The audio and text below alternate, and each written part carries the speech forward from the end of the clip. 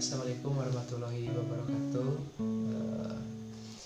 Selamat jumpa kembali buat teman-teman dimanapun kalian berada. Kesempatan kali ini saya mau bercerita sedikit tentang testimoni keajaiban sholawat yang pernah saya alami ya. Seperti apa kisahnya, simak terus videonya ya. Oke guys, kembali lagi dengan suasana baru. Kesempatan kali ini saya mau bercerita tentang keajaiban sholawat ya yang pernah saya alami. Seperti apa sih kisah awal pernah mengenal yang namanya sholawat? Pertama-tama sih mengenal sholawat itu adalah anugerah ya dari Allah ketika kita disadarkan dengan lantarannya yaitu mengenal sholawat. Dan seperti apa kisahnya? Seperti ini ya teman-teman. Saya pernah Allah kasih keajaiban ke saya, keajaiban sholawat ataupun bisa dibilang rezeki yang tak diduga Allah kirimkan. Dan saya rasakan pada saat itu lagi banyak-banyaknya bersholawat gitu ya. Nah, saya dawamin dari pagi sampai siang itu karena waktu itu lagi libur. Nah, sholawatnya saya dawaman itu sholawat Jibril ya, sholawat pendek yaitu Allahumma sholli ala Muhammad. Sekitaran dari pagi sampai siang itu karena saya juga ada kegiatan aktivitas saat di jalan atau saat di rumah atau lagi santai-santainya gitu ya. Dari pagi itu sampai sore itu saya sholawatin aja sambil nonton TV. Saya sholawat sambil di jalan saya sholawat, dan saya hitung pun kalau pakai tasbih digital itu kurang lebih di seharian itu 8.000 sholawat ya. Nah, di kesempatan waktu saya juga nggak nyangka ya Allah akan kasih kayak saya keajaiban gitu. Nah, yang seperti kisahnya, saya ditelepon sama bapak saya waktu itu suruh nganter ke kota lain ya. Saya kan asli dari Purwakarta ya. Nah, suruh diantar ke kota Kerawang waktu itu. Saya antar ke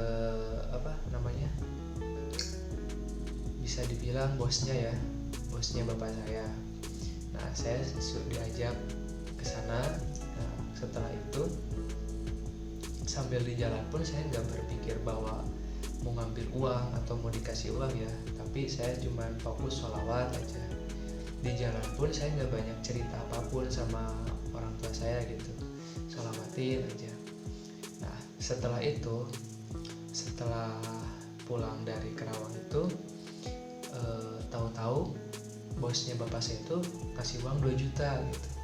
Saya juga bingung gitu ya, kok bisa ngasih uang gitu ya, lagi ada rezeki lebih katanya, bawa aja, semoga bisa bermanfaat buat keluarga, buat nambah-nambah di rumah katanya.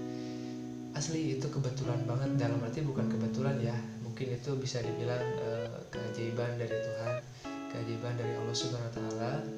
Dengan berkahnya saya menjalani sholawat gitu ya, dan Allah langsung kirimkan testimoni ataupun keajaiban sholawat itu seperti singkat gitu. Nah, dan ambil kesimpulan dari kisah ini buat teman-teman yang selalu mendawamkan sholawat, jangan bosan-bosan untuk melakukan sholawat.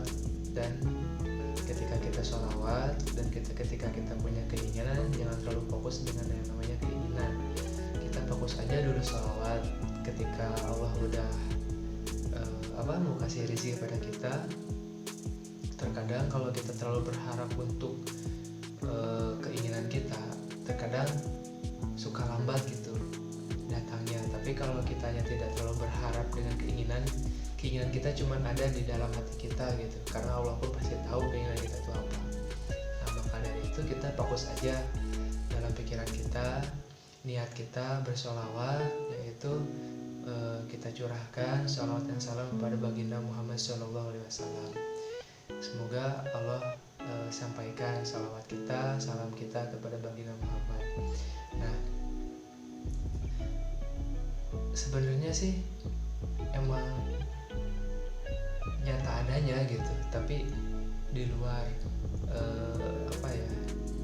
di luar dugaan juga ya kalau Allah udah ngasih rezeki pada kita.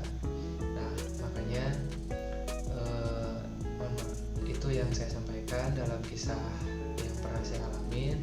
Mudah-mudahan dalam video ini buat teman-teman yang masih belum datang yang namanya keajaiban, terus dawamin, semoga tambah semangat sholawatnya. Mudah-mudahan apa yang kalian inginkan, segala hajatnya ataupun doanya semoga cepat terkabul ya. Semoga dalam salah satu bentuk ikhtiar kita bersholawat itu kita niatkan karena padukan Allah Ta'ala, dan di sisi lain jangan khawatir bahwa Allah pun tahu keinginan kita dan Allah akan kabulkan segala keinginan kita asalkan kita dengan ikhlas penuh hati menjalankannya, dan selalu menjaga perintahnya dan menjauhi larangannya. Ketika kita tidak bosan-bosan menjaga tubuh kita dalam kekotoran, maka Allah akan semakin mudahkan keinginan kita menerpa ke dalam kehidupan kita.